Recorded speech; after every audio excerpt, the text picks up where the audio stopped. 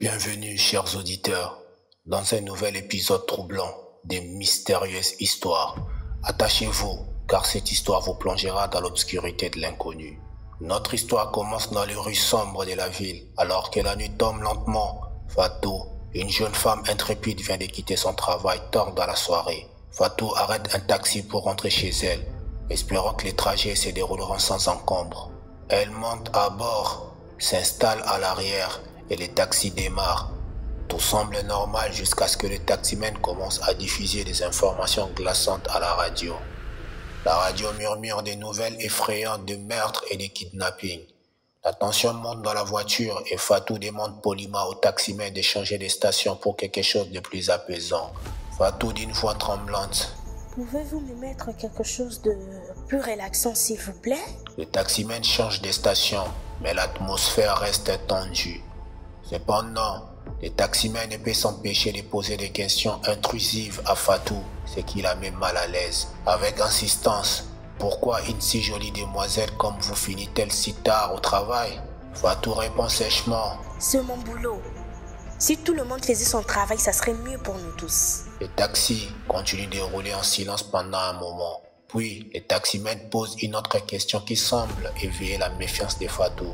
D'un ton troublant: pourquoi habitez-vous dans un quartier si reculé, surtout à cette heure-ci? C'est risqué pour une jeune femme comme vous. Fatou irrité: je n'ai pas à vous répondre. Veuillez simplement faire votre travail et me laisser tranquille.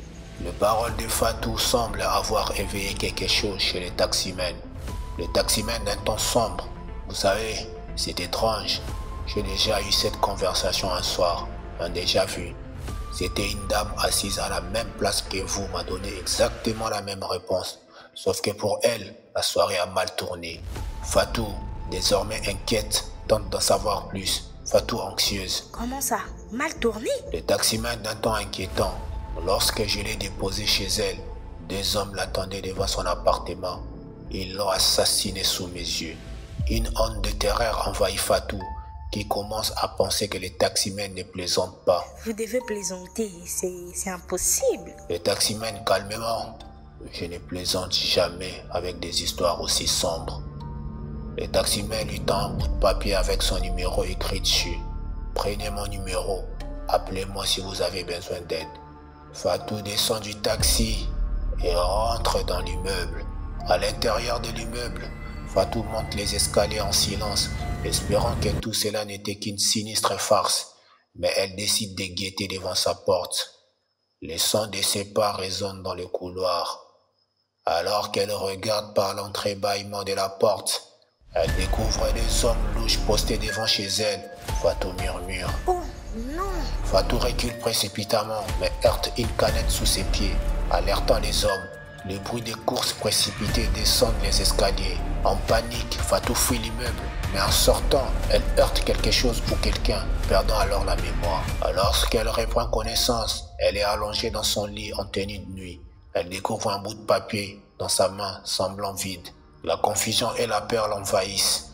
Comment le papier est-il devenu vide? Et comment s'est-elle retrouvée dans son lit? Qui sont ces hommes mystérieux? Fatou est plongée dans un mystère qu'elle ne peut pas expliquer.